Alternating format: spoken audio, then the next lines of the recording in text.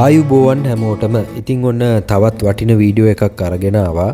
ඉතින් කලින් වීඩියෝ එකේ මම කතා කරා මෙන්න මේ මැණික් ව්‍යාපාරය තුලින් සාර්ථක වෙන්නේ කොහොමද කියලා. ඉතින් ඒ වීඩියෝ එකටම සම්බන්ධ තවත් පැහැදිලි කිරීමක් තමයි මම මේ අරගෙන ආවේ.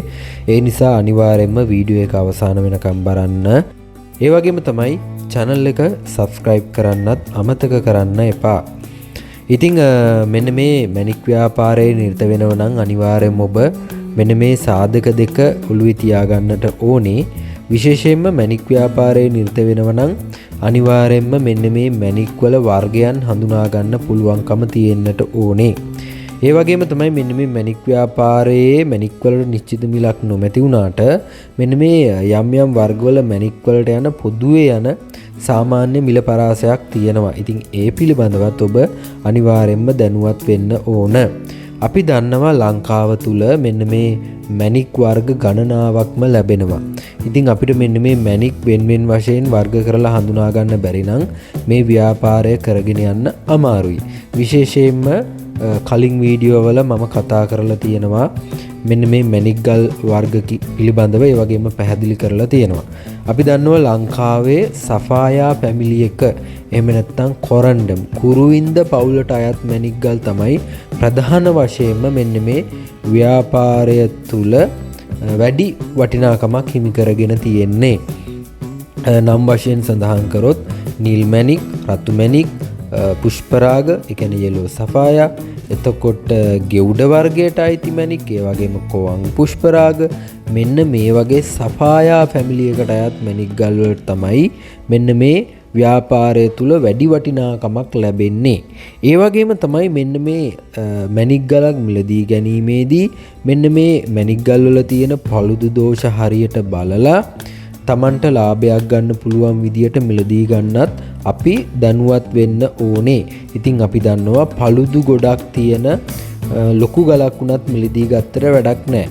සාමාන්‍යයෙන් මම උදාහරණයක් විදිහට සඳහන් කරන්නම්. කැරට් 8ක නිල් මැණික් ගලක් තියෙනවා. කැරට් එකක්වත් අපිට කට් ඇන් පොලිෂ් කරගන්න බෑ, පළුදු ගොඩාක් තියෙනවා. ඉතින් ඒ වගේ ගලක් මිලදී ගත්තට තේරුමක් නැහැ. නමුත් කැරට් 2ක නිල් මැණික් ගලක් තියෙනවා, අපිට කැරට් එකක් කට් ඇන් පොලිෂ් කරගන්න පුළුවන්. ඉතින් ඒ වගේ ගලක් අපි මිලදී ගත්තට ගැටලුවක් නැහැ. ඉතින් අන්නේ උදාහරණයක් විදිහට තමයි මම මේ සඳහන් කළේ.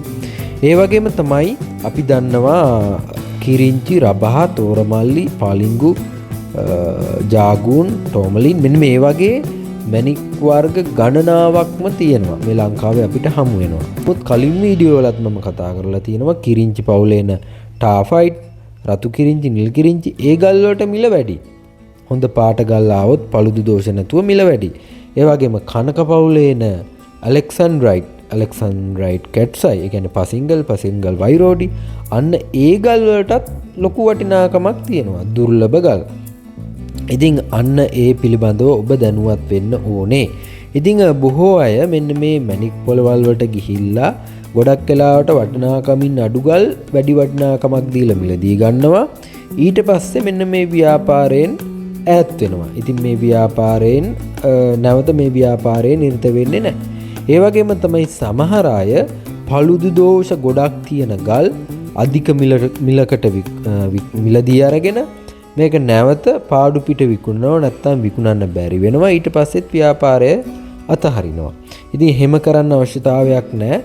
බොහෝ දෙනෙක් අපෙන් මේ වෙනකොට මිලදී අරගෙන තියෙනවා මෙන්න මේ ගල් හඳුනා ගැනීමට අපි හදපු ලොට් ප්‍රමාණයක් තියෙනවා. ඔබගේ ඉල්ලීම පරිදි රුපියල් 2000ක් 2500ක් වගේ ඉතාමත් කුඩා මුදලකට තමයි අපි මෙන්න මේ ගල් ලොට් නිර්මාණය කරලා තියෙන්නේ. විවිධ වර්ග වලට අයත් මැණික් ගල් මෙන්න මේ ලොට් වලට අපි එකතු කරලා තියෙනවා. ඒ වගේම තමයි අපි මේ ගල් වල වර්ගය සඳහන් කරලා තියෙනවා.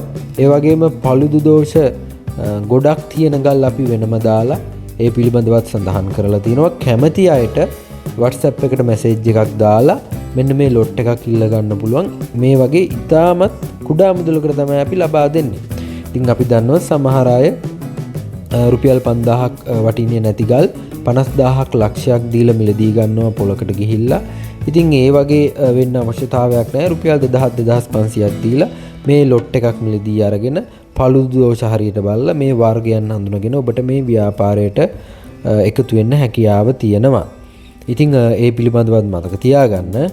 ඒ වගේම තමයි අපි මෙන්න මේ පොලකින් හෝ ඕනෑම ස්ථානයකින් මැණික් ගලක් මිලදී ගන්නේ මේක නැවත විකුණලා ලාභයක් ලබන්න. දැන් සමහර අය රළු මැණික් විදියට මිලදී අරගෙන ලාභයක් තියන් රළු මැණික් විදියටම විකුණනවා. නමුත් මේකට හරි වටිනාකමක් එකතු කරලා, ඒ කියන්නේ රළු මැණිකක් අපි හරියාකාරව මුලින්ම මිලදී ගන්න ඕනේ. හොඳ පාට ගලක් වෙන්න ඕනේ, paludu දෝෂ නැති ගලක් වෙන්න ඕනේ. ඒ වගේම තමයි අධික මිලකට නැතුව මේක සාමාන්‍යයෙන් අපිට ලාභයක් තියන් විකුණන්න පුළුවන් මිලකට අපි මිලදී ගන්නත් ඕනේ. එතකොට අපිට මෙන්න මේ ගල වැඩ කරලා ගල කට්ටන් පොලිෂ් කරලා කපාවප දමලා හොඳ මුදලකට විකුණලා ලාභයක් ලබා ගැනීමට හැකියාවක් තියෙනවා. ඉතින් අන්නේ සම්බන්ධයෙන්ුත් මතකේ තියාගන්න. විශේෂයෙන්ම අපේ පතල් වලින් එන ගල් අපේ ගෲප් එක හරහා විකුණන බොහෝ දිනක් අපෙන් දැනටත් ගන්නවා. ඉතින් අපේ ගෲප් එකට එකතු වෙලා ඉන්න. ඉතින් මෙන්න මේ මගේ අතේ තියෙනවා ගලක්. මේක පඩියමක්. එතකොට මගේ යාළුවෙක් තමයි මේ ගල දුන්නේ. ඉතින් එයාට පෙන්ඩන්ට් එකකට මේක කට් කරලා දෙන්න කියලා. ඉතින් මම ඔබට මෙන්න මේ ගලක් කට් ඇන් පොලිෂ් වෙන විදිය අවබෝධයක් ලබා දෙන්න තමයි උත්සාහ කරන්නේ කෙටියෙන්. ඉතින් බලන්නකො දැන් මේ ගල මෙන්න මේ රළු මැණික්ක් විදියට රෆ් එකේ මෙන්න මේ විදියට තමයි තියෙන්නේ. ඉතින් ඔයාලට පේනවා මේ ගල මම අදාළ හැඩයට අදාළ ෂේප් එකට හදාගෙන තියෙනවා. ඒ කියන්නේ අපි ගලක් කට් ඇන් පොලිෂ් කරන්න කලින් මුලින්ම ප්‍රීෆෝම් කරගන්න ඕනේ, අදාළ හැඩයට සකස් කරගන්න ඕනේ. කට් වර්ග ගණනාවක් තියෙනවා. රවුන්ඩ් ඕවල්, කුෂන්, ඔක්ටගන්, පිය මේ වගේ හાર્ට් ෂේප් එක මේ වගේ ගොඩක් තියෙනවා. ඉතින් මේ ගල මම ඔක්ටගන් කපන්න හදන්නේ. ඉතින් දැන් ඔයාලට පේනවා ගල මම ෆ්‍රීෆෝම් කරගත්තා. මේ ගල ඒ කියන්නේ අවශ්‍ය හැඩයට මුලින්ම සකස් කරගත්තා. ඊට පස්සේ අපි මෙන්න මේ ගල කට් කරන්න කලින් මෙන්න මේ ස්ටික් එකේ මෙන්න මේ විදියට අලව ගන්න ඕනේ. ඉතින් ගල කට් කරන්න කලින් මූලික පියවරවල් ටික තමයි මේ. හරි, ඊට පස්සේ දැන් මම මේකේ මේන් පැසට් ටික දාගන්න තමයි යන්නේ. දැන් ඔයාලට පේනවා මේ ගලේ මුහුණත පැත්ත මම වැඩ ඉවර කරලා තියෙන. මට දැන් තියෙන්නේ මුහුණත පැත්ත පොලිෂ් කරන්න. හරි, ඊළඟට ඔයාලට පේනවා දැන් මෙන්න මේ ගලේ මුහුණත පැත්ත මම පොලිෂ් කරලා ඉවරයි. දැන් මට තියෙන්නේ මෙන්න මේ ගලේ බොටම් එක. එහෙම නැත්නම් මේ ගලේ යටපැත්ත කපා ගන්න තමයි. ඒකට මම මේ ගල ගලවලා නැවත මේ ස්ටික් එකේ අනිත් පැත්තට අලව ගන්න ඕනේ. හරි, ඉතින් මෙන්න මේ ගලේ යටපැත්තට මම ස්ටෙප් කට් එක තමයි යොදන්නේ. ඉතින් මම දැන් ගල වැඩ කරගෙන යනවා.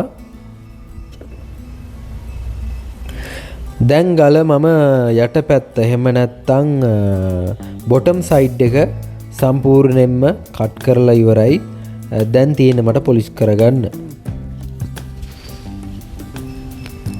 හරි, දැන් ඔයාලට පේනවා මේ ගල මම යටපැත්ත පොලිෂ් කරලා ඉවරයි. ඊට පස්සේ මෙන්න මේ ගලේ ගර්ඩල් එක පොලිෂ් කරලා මම මේ ගල වොෂ් වෙන්න දානවා. ඉතින් මම ඒ කෙටියෙන් කියාගෙන ගියේ කොහොමද මෙන්න මේ ගලක් වැඩ කරන්නේ කියලා, කට් ඇන් පොලිෂ් කරගන්නේ කියලා. ඉතින් ඔබට දැන් පේනවා මෙන්න මේ ගල කොහොමද වැඩ ඉවර වෙලා තියෙන්නේ කියලා. ඉතින් මුලින් ගල තිබුණු විදිය ඔබට මතකයි. දැන් කට් ඇන් පොලිෂ් වුණාට පස්සේ මෙන්න මේ වගේ ගලක් තමයි අපිට ලැබිලා තියෙන්නේ. අන්න ඒ විදියට අපි රළු මැණිකක් මිලදී අරගෙන මේ කට් ඇන් පොලිෂ් කරලා මෙන්න මේ වගේ ලොකු වටිනාකමක් එකතු කරගන්න හැකියාවක් තියෙනවා.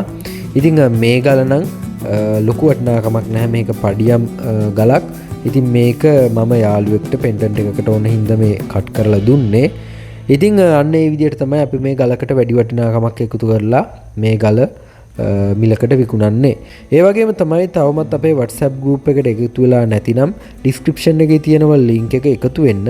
ඒ වගේම තමයි අපේ පතල් වලින් ලැබෙන ගල් ඉතාමත් සාධාරණ මුදලකට මිලදී ගන්න පුළුවන් අපේ group එකට එකතු වුණොත්. එහෙනම් ඉතින් මම තවත් අලුත් වීඩියෝ එකක් අරගෙන එනකන් හැමෝටම සුබ දවසක්.